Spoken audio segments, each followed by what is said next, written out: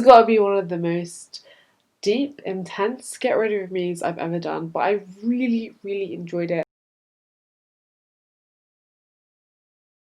Assalamualaikum, welcome back to my channel, and if you're new here, a really big welcome. Today I'm going to be filming a chit chat get ready with me because it's been a really long time and I'm looking like an absolute hot mess right now. I'm going to be using the Fenty Beauty foundation. It's a Pro Filter in 260. I reviewed this a while ago. I have already placed a pretty large Beauty Bay haul. Fingers crossed the second half of that haul comes today so I can film that video for you guys. But the only thing that I'm going to be using from that haul is this Wet n Wild sponge. And guys, I'm so happy today because my replacement Fitbit has arrived. How cute is this strap, by the way? I will say this strap is not the most practical because it is completely fabric. It's literally like a scrunchie, so it's very comfortable, but it doesn't always stay on the pulse point. Unfortunately, mine the screen just started malfunctioning, and this was in October, and then by the end of October, beginning of November, it was completely unreadable, and then it just one day just didn't turn on again. So I called John Lewis, which is where Mum got it for me. It was my birthday present last year, and they got my order number and all these details, and then they gave me the Fitbit customer support line. Within a couple of days, my replacement Fitbit was on its way, which is so good because honestly I've really missed it. My skin is looking good. That was such a good combo because this by itself is very matte, and this obviously I look like a tin man with just this alone. How have you guys been? I love it when you answer down below. I know we're just still in such a weird time in our lives. By the way, look at that. That is my 07 and it's basically completely finished. I've actually finished Kevin and Kwan, like my first tub. I've actually finished it, which is amazing. And I do have a backup of 07 because that's like my ideal shade, but I've been forcing myself to use more of the 8 and the 6. This is a 6 now. Eventually. I feel like when I really want to do my eyebrows properly, it takes the longest time. But yeah, alhamdulillah guys, things in my life have been going pretty well. As you know from my channel, we have moved and we've been here for like 6 weeks now, and it's been going great. Honestly, it's been going great. I feel so happy, alhamdulillah. I don't like want to come across as boastful or anything because, you know, your girl has seen her fair share of troubles and sadness, trust me, and I've been pretty open about it, I feel like, especially like on my channel, and it does like touch my heart like when I still to this day get really heartwarming comments when I've been like vulnerable and stuff, because it's like it does take a lot sometimes to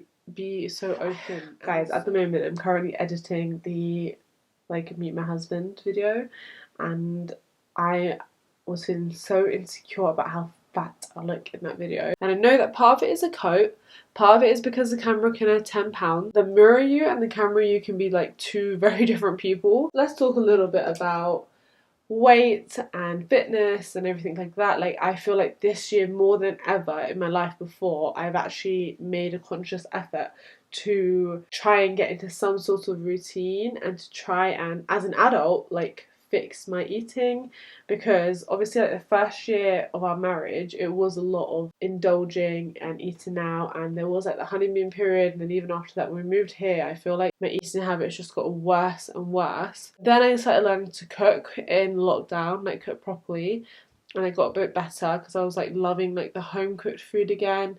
And then I started intermittent fasting and consistently working out as well. A lot of you noticed as well that there was like quite a big difference with the way I was looking. My face was looking slimmer. I'm in between that time and like at my heaviest. I definitely have put on like quite a bit of weight, which it's just not ideal. But I know why. I totally know why, and it's because since we've moved back here, like alhamdulillah, I feel like we've been back in honeymoon periods where we're just like relaxing, chilling, you know, you're just so happy, like you're not focused on much of a routine. With all that being said, I have definitely just like let bad habits kick in. I've been buying loads of chocolate, you guys. I have a really terrible sweet tooth, and now Rome trees have made fruit pastels like suitable for vegetarians. You know how many packets we went through of those? Like, it was shocking. All that to say, like, I know I've been slipping in terms of diet and I've just not put in effort to exercise. So I'm just going to take some of Love Letter and work this into the outer corner. But yeah, I totally know it's my fault, and a part of me is kind of like, just relax. You're allowed to enjoy your new space. You're allowed to enjoy this season of your life, you know? I've been coming home, I've been chilling out, I've been watching Ertugrul like 3 or 4 episodes a day. I'm on season 4 and I'm absolutely obsessed. Like, I'm speaking in like Turkish words, you know. And whilst we've been doing that, I've been snacking, and it's a little bit like lockdown 1 where we were just like having movie nights all the time. And you know, like, a part of me is like, that's okay, but I know that I feel my best when I'm a bit more on top of things. And when I say a bit more on top of things, when I'm exercising consistently. And you know, a tiny part of that is because it gets really dark so early now, and so working out outside is kind of almost impossible.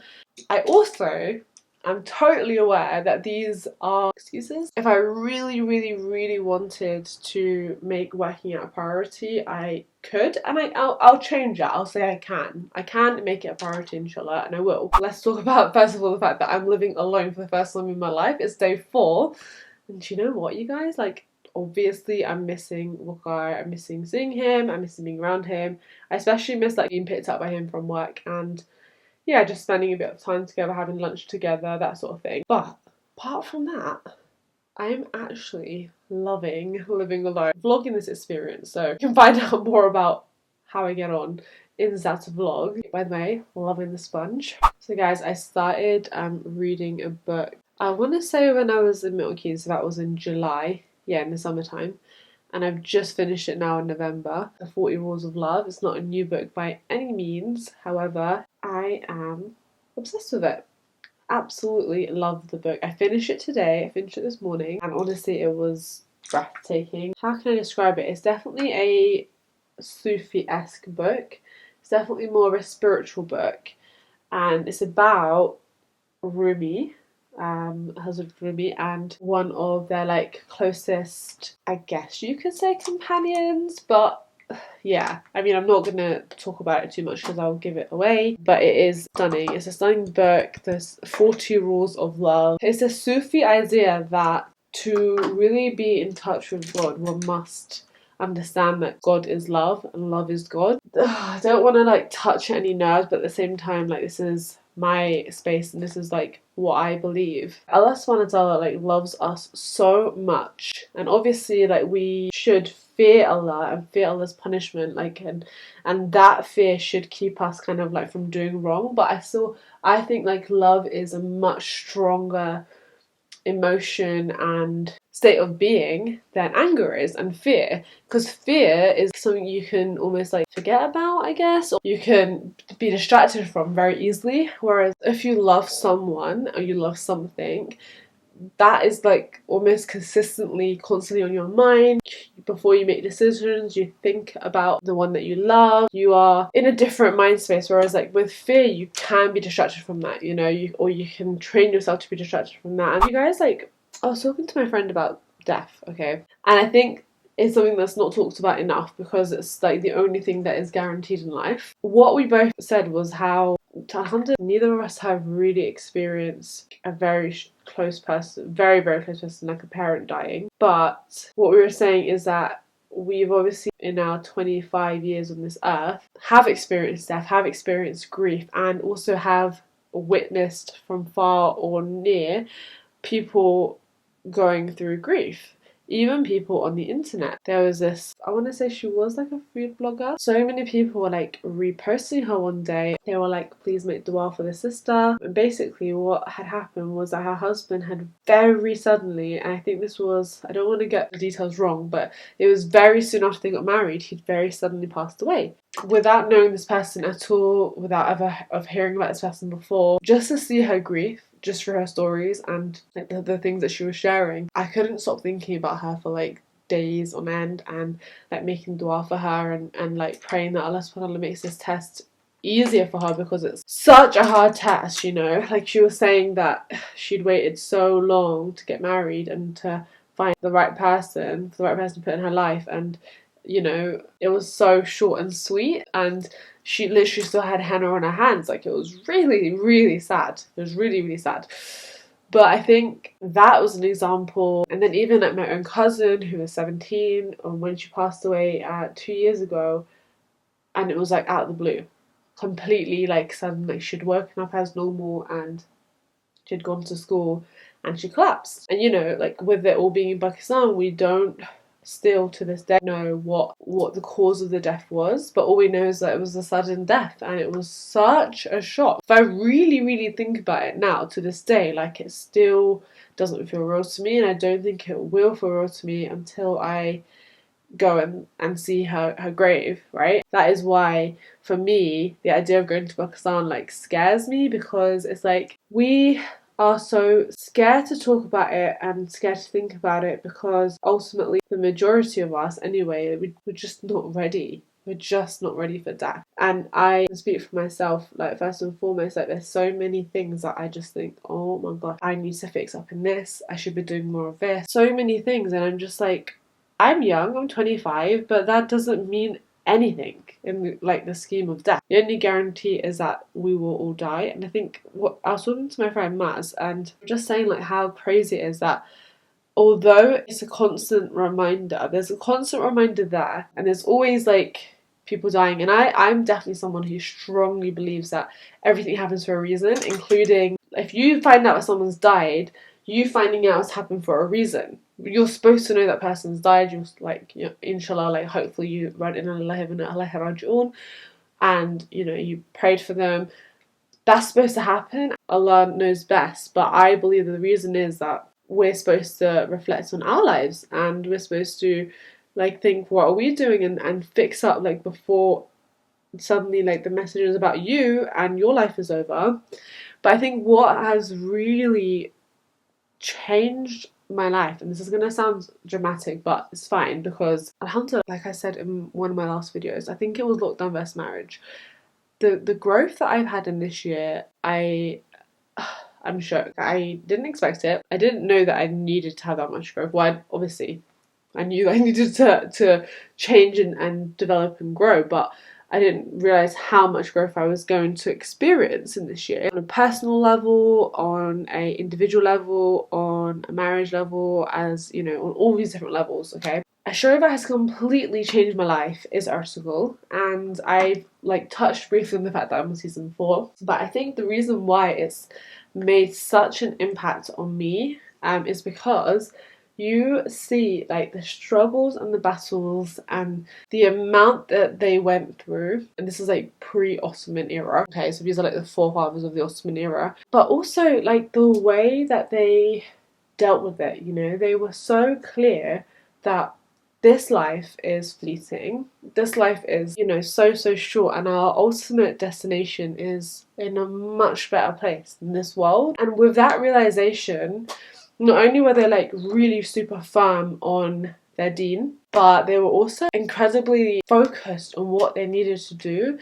And I just think, as amazing as social media is, as amazing as, you know, Instagram is, YouTube is, connecting with people, feeling less lonely, all of these things that I benefit from as much as anyone else, I honestly think that like it can be the biggest deterrent from us reaching our ultimate goal, which is Jannah. Again, totally speaking for myself first, I am praying that all of you guys have a better routine than I do. I'm praying that you guys are stronger in your faith, and may, inshallah, may you be stronger in your iman. I mean, but yeah, I just think that watching that show and seeing how they lived, and like, you know, obviously it is a TV show, you know, it's not 100% real, but it's based on the real events of Ertugrul Ghazi and, you know, his companions and his family and his tribe.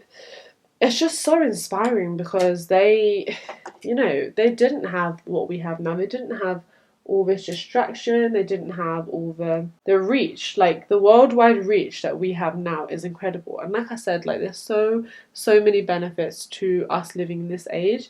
But I definitely do feel like, you know, the hadith of there will come a time when holding on to your faith will be like holding on to hot coals. I really do feel like we're in that time.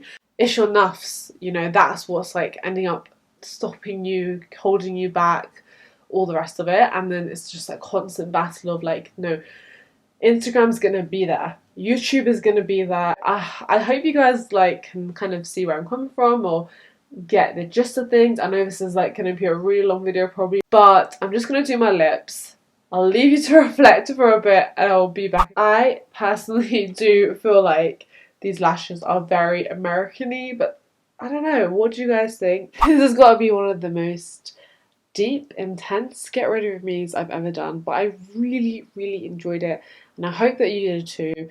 Let me know what your thoughts down below, and also please let me know what other videos you'd like to see from me in the future, because my channel, as you know, is a mishmash of everything, and I know that that is counterintuitive to growth. However, I also know that this is what loads of you guys love. You like the fact that I don't just focus on makeup, or I don't just focus on lifestyle or teaching. It's a bit of everything. But let me know what particularly you would like to see. Yeah, if you enjoyed this video, you guys know what to do.